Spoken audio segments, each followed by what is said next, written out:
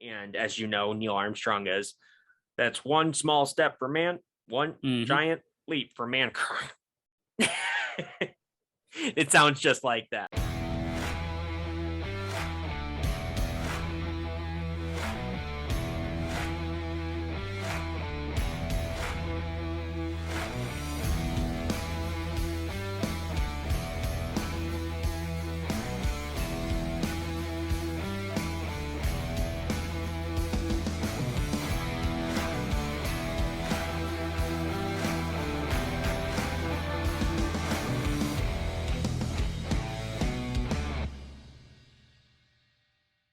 It does. It does. So that's the thing.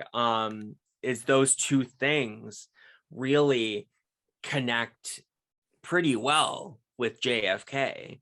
Mhm. Um, one obviously being Operation Northwoods, the second one being a program that he helped build, which was the NASA space program, Which is right? what we're going to talk about today, guys. The Yeah. And we have to make a distinction that if it is a conspiracy theory, the Yes, first moon landing, not the subsequent correct. ones, the original No, one, there is a lot of evidence to suggest, there not is. only suggest that it's fake, but just politically at the time, like if you haven't studied this in school in depth or understand the scope of it, I don't think people did, of what Russia going to the moon first would mean.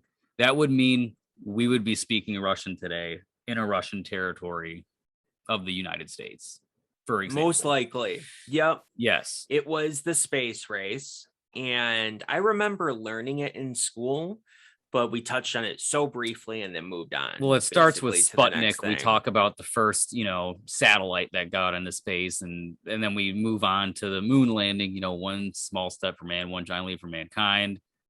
Yep. X, Y, and Z. You see the black and white footage, which I'm going to be honest with you, broadcasting footage back in the '60s looked like trash. Anyway, I don't know how you did it from the moon.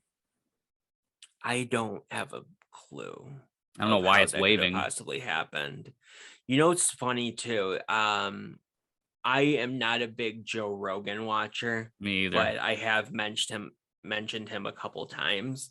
Because he does have his moments where he shines, I Yes. will say. And the moon landing conspiracy is certainly one of those times where he can shine a little bit. And he said something that was really interesting, that we just sent ourselves out into space not really knowing of all the problems that come with that. We never even, like, we sent animals out into space, but we never sent them to the moon before. Yeah, Do you they know just the orbit in a rocket and come back exactly? to Do you see know if, the yeah. chances? Right. Like, and we know that we've been up in Earth's orbit. Of course, Jeff Bezos does it every weekend. Um, Obviously that's a joke, but His he has Sunday done drive it. And to the yeah, atmosphere. exactly. And then Elon Musk goes with him, probably. No, they're Yeah, they're and they get high on the competitors, way up but there. yeah, exactly. With Joe Rogan. Um, No, that's what I but want to see. That's a good conspiracy. yes, yes. But yeah, so Earth's orbit and actually going to the moon are two completely different ballparks, like not even sort of connected.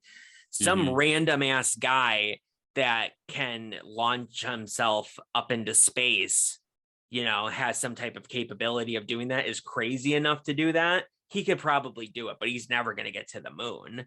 You know what I Right. mean? And obviously that's an over exaggeration, but I think you get what I mean. Anyway, so we never we never really even tested that out.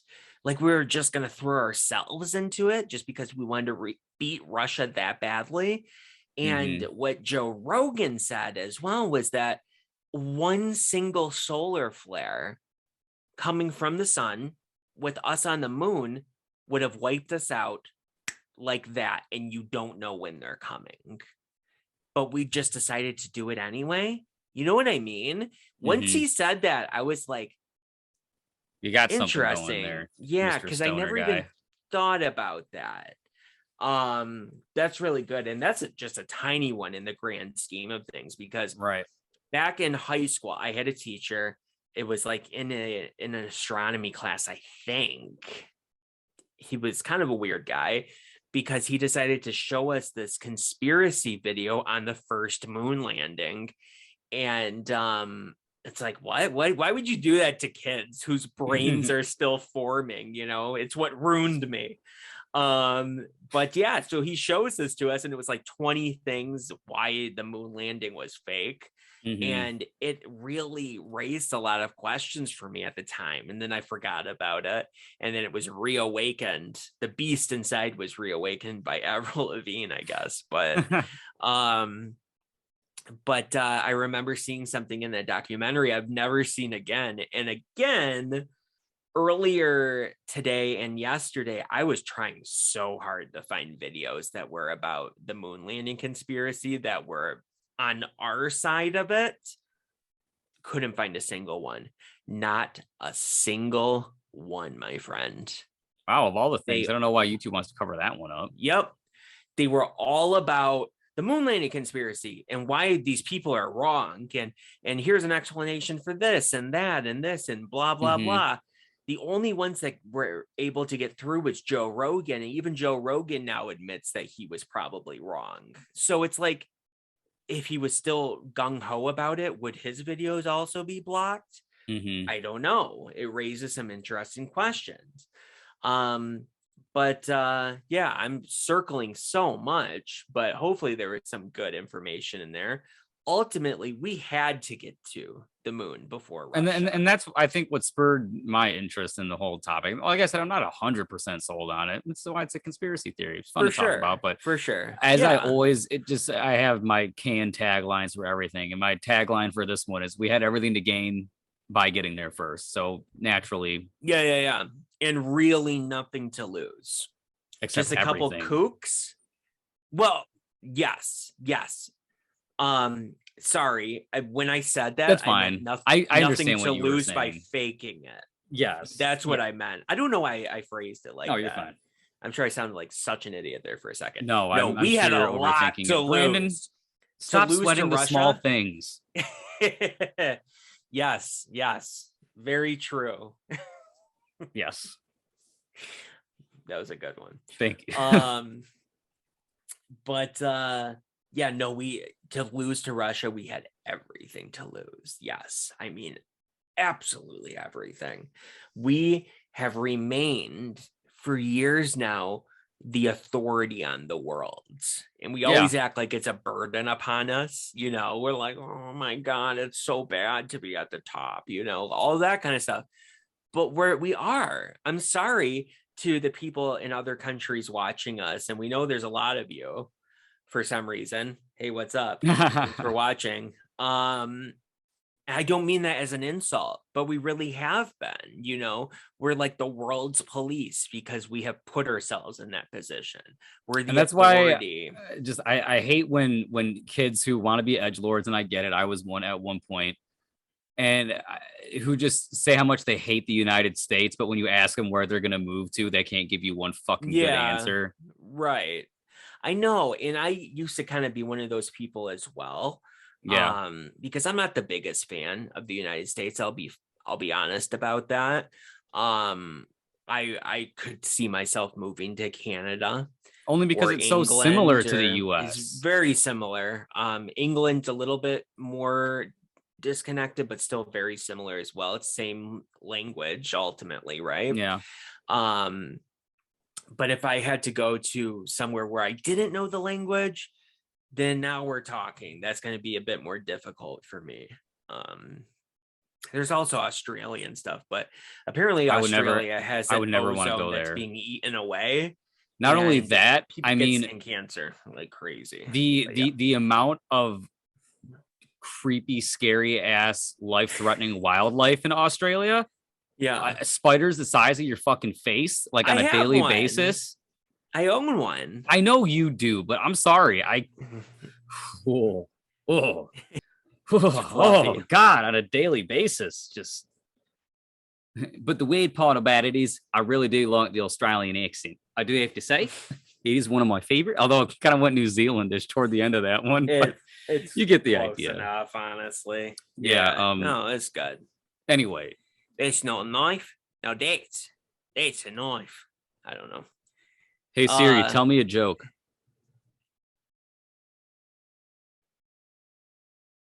Why don't hipsters like the Mississippi River? It's too mainstream. That's my Australian Siri, guys. hilarious. I remember when I first heard that thing, I was like, Lucas, what the hell accent is that supposed to be? Yeah, because he was convinced it wasn't Australian, so we had to have it talk to us a few times. Convinced. Conspiracy. Though that little sample you did there was pretty good.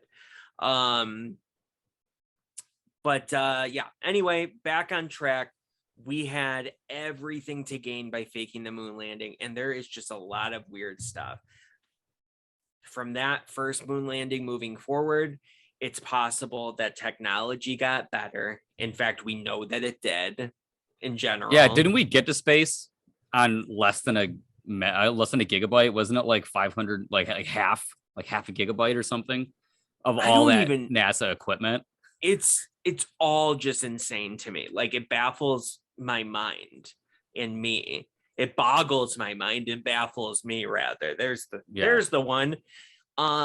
It's just insane to me. And so technology certainly got better, and we were then probably able to then go to the moon officially when there wasn't anything that was, contingent on us getting there anymore. It didn't matter anymore. As at least as much. And again, we haven't been there since 1972. Think about that, my friend. What the hell? Yes. 1972. We have never gone there again.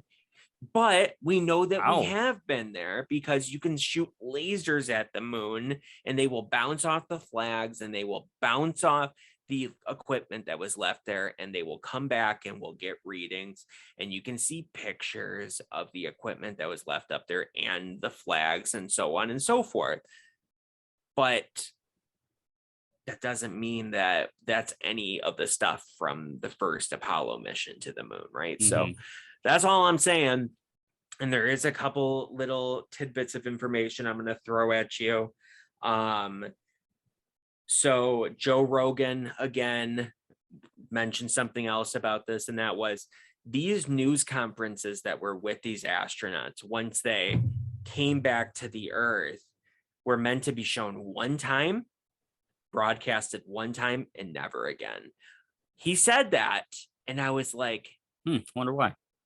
That's very interesting. And it's very true, because when they did press conferences with the public, you were supposed to see that once. You weren't supposed to be able to watch it over and over again and scrutinize it. The moon landing itself was something that was supposed to be watched once. And so you didn't go in and pour over it and scrutinize every single detail and be like, that looks weird, right? You weren't supposed to do that. The last note I have, this was something I didn't know of until late last night. And that was in 1994, Neil Armstrong visited the White House. He's the first man to step foot on the moon. Buzz Aldrin being the second. No, not Buzz Lightyear. You knew I was thinking it. Oh, yeah. But he made a speech at the White House, and he started crying. And he said, and I quote, "There are great ideas undiscovered, breakthroughs available to those that can remove one of truth's protective layers." What the hell does that mean? And nobody knows. He didn't explain it. He was talking about the moon landing, and then all of a sudden he starts saying that there's uncovered truths out there that people will soon uncover. Aliens? And he's crying. What? Because he's upset that he's not that he is the first man that never gets his credit.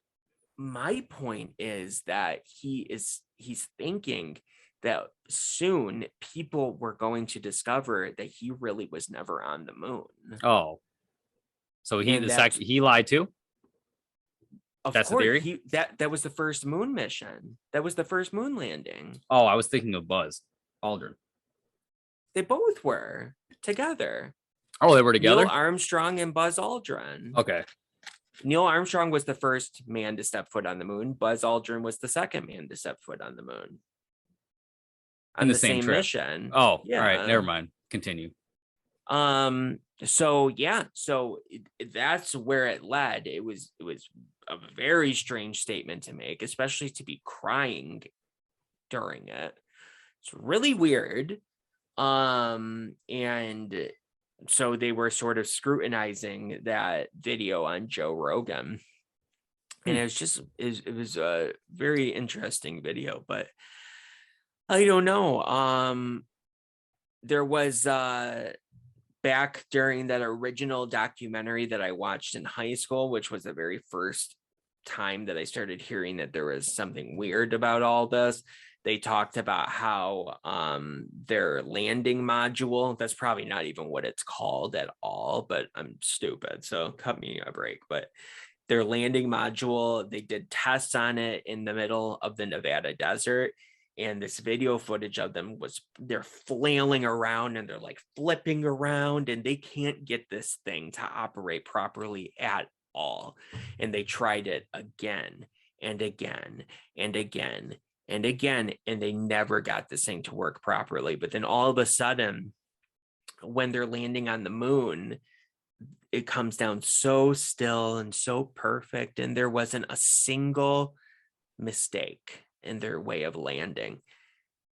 When the footage was shot of them flailing around in the air, that was mere weeks before them actually landing on the moon. Yeah, they perfected it in 3 weeks. Apparently. And I don't even think it was 3 weeks. I don't even think it was that long, but they perfected it. And it would be unfair to not say that the gravity is obviously 1/6 of the Earth's gravity. So it's going to be a little bit different, but is it really going to be that different? Is it really going to correct any and all mistakes? I don't know. I'm not God. I can't answer that question for you, but you can look up this information and you can answer it for yourself. But I don't know. I think that was some fun though. I think that's really as much as we can talk about this stuff at the moment. It was certainly better and more in depth and also more on track than the first time we did this, that's for sure. I hope it was fun to listen to. Mostly. And hopefully. And yeah, I guess that's it. That's really it. Oh, I'll tell you the last conspiracy that I had that turned out to be true. We talked about this before. Please. But I had a sneaking suspicion that every year when I updated my Apple devices, it just got fucking shittier every year. It was a new facelift, new coat of paint, but the animations would lag. The battery life would just, oh God, tank. Performance would be on a 2 to 3 year old phone. And then we all thought, oh, well, it happens after the update. Apple is slowing down your device, so you buy a new one. Turns out that Apple was data mined in one of their updates at the time, and it was found out that yes, they do throttle your phone's battery to prolong the life of it for longevity's sake. On the surface, it seems to make sense, but to have an average battery life of an iPhone for being 2 years, that is a curious upgrade cycle. And curiously, how long carriers have you have a cell phone plan for? I wonder. See, look, my hat's trying to fall off. Apple knows. I wonder why. That was Steve Jobs pulling you off. Steven from the again, me and Steve, we go back. But anyway, that's neither here nor there. They did announce though officially that yes, they do slow your phone down every update. Yeah, reluctantly they agreed to the information. And there was a huge lawsuit after, and again, it just furthers the idea of planned obsolescence, which I'm sure you're familiar with that term, Yes. which is huge in the tech community and just simply means we're planning that you can only use this device for X amount of years. The car industry is that way too. Cars are increasingly more electronically based and increasingly harder to fix and increasingly drive it for 5 years, or in some people's case, lease it for 2, drive it like shit, and it's someone else's problem. Yeah. We just have an issue in America. I had a social studies teacher in college who just described it as like a plastic disposable pen economy. Back in the day, you bought a ballpoint pen that you filled up with ink. You didn't just throw it away when it was broken. You fixed things that were broken.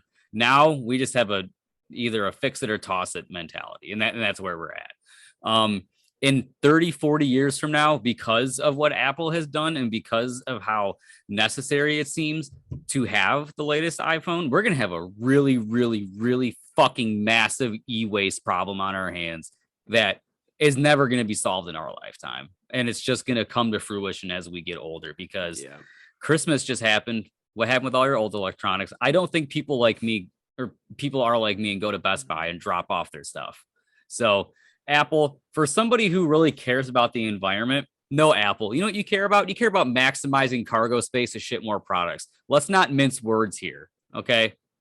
I'm sorry. And that's just a whole nother topic, and I'm just going to get thrown off course. It here, is, but 100%. But it has proven to be true. I ended up getting like $20 from that settlement, I think, because there was so many people that were involved with it, which was the class action lawsuit against Apple. But it didn't make me feel any better, let me say that. It was not a consolation prize. No. And the biggest thing that rubbed me the wrong way about it was the fact that they said, okay, yes, we're doing it, we admit it, it's because your battery can't support as much strain on it after 2 years, and we decide to what's it called when they throttle, is that what it's called, so they throttle the power on it, so it doesn't cause as much strain on the battery, and all this crap. And then they were like, you know what though, we're gonna put it into your hands, and you can push the battery usage all the way up to the top if you want to. Good luck, kind of thing. They said that. And even though I believe you can do it now, unless they took it away with the new update, it's through the battery feature. It took like 3 years for them to finally add that feature to it, even though they act like it was going to be immediately. Because as soon as they said that, there was an update pretty quickly afterwards. And they would tell you your battery usage and if it's gone down or up or whatever, but they didn't let you fix that. So it's ridiculous. Well, Apple is at the complete forefront of all of that bullshit, really. I mean, they have everything to gain from you getting another one, obviously. Oh my God, iPhone, I mean, I might be wrong here, but was one of, if not the first cell phone to not ever in its entirety of its existence have an upgradable battery. Every other cell phone had a shitty plastic back that came off to upgrade the battery or replace it or get a new one when it breaks. Even to this day, a vast majority, 90% of Android phones are just like this. So I understand the reason why there's a community behind it. I would rather die than get a fucking Samsung phone. And Samsung's the best of Android. Sadly. Oh man. But Apple they weren't new to this, and they started doing it with the MacBook in 2013, which is why the 2012 Pro with the last model that I harped about in Useful or Useless with the upgradable battery, upgradable RAM.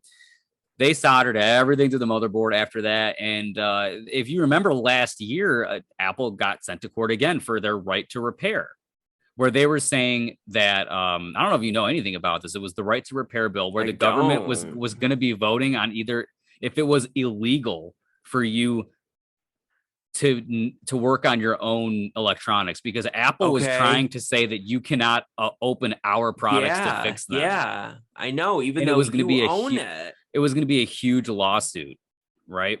Interesting. And then eventually they lost the right, and it was the right to repair bill. So yes, you own it. You have the right to repair it. If you go look up on YouTube, Louis Rossman owns a Mac or Apple laptop repair business in New York City, and just exposes through each generation of MacBook since 2013 how they're wired very faultily, the screen issues that they have, the butterfly keyboard thing, which was huge 3 or 4 years ago.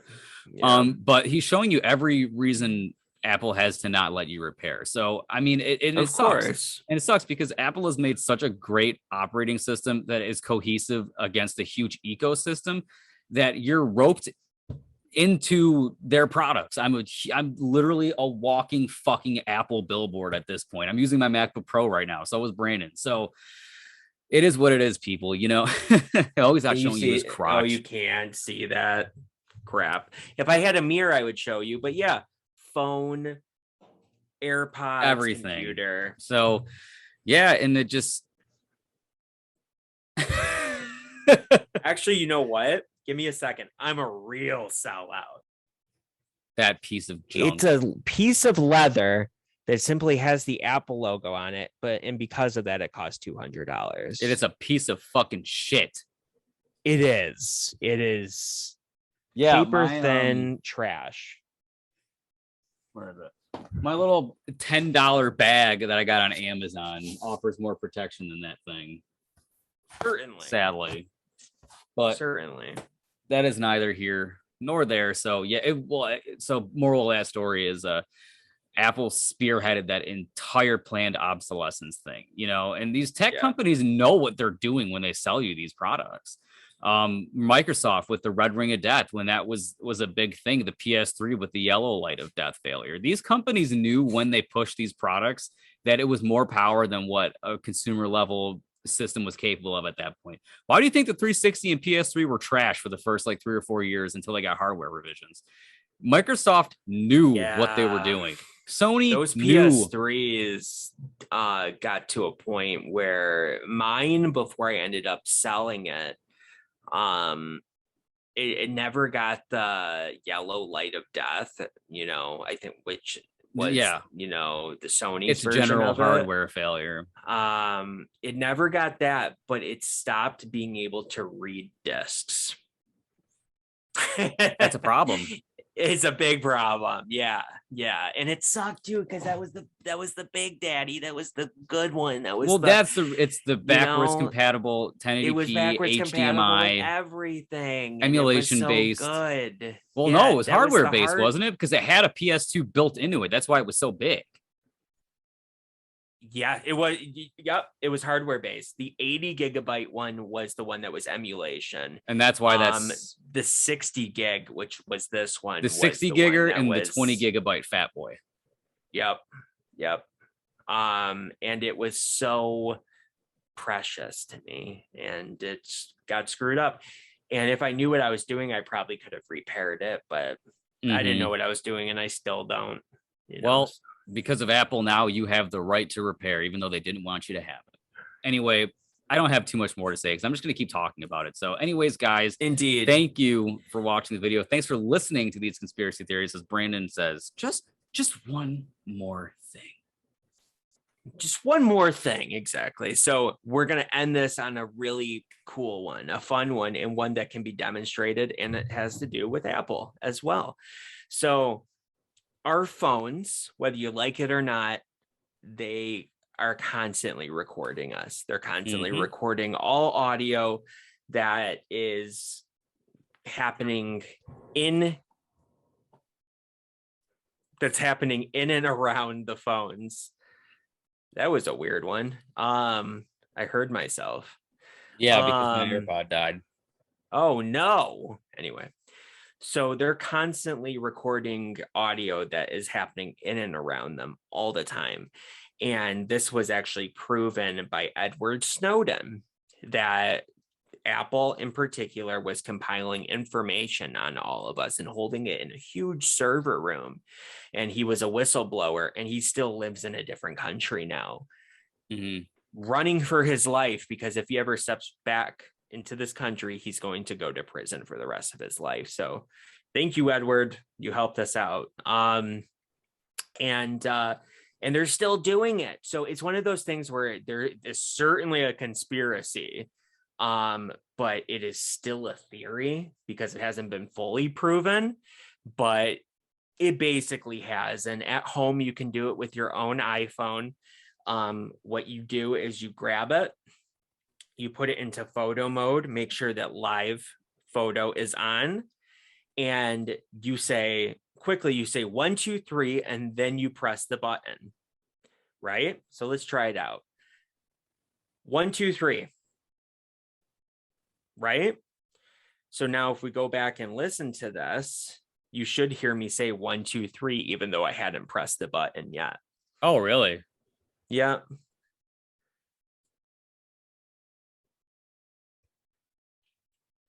I don't know. Is it messing up?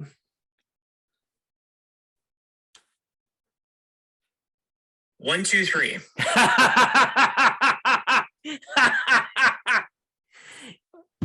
Wow. Right? Yeah, I know. It still freaks me out. I mean, I've noticed some instances, like maybe like 3-4 years ago, I was pulling through McDonald's or Wendy's, it was one of the two, and then a fucking ad for the app of downloading it came up on my phone. It's like, oh, we see that you're here. Obviously, it's the location services, but yeah, it's just the first time it happened, and it hasn't happened. They're since, watching. It was for sure. goofy, yeah, and everyone knows. It creeps me out. The location services, usually they make you accept that in the terms and service of things. And you can also check it in your settings.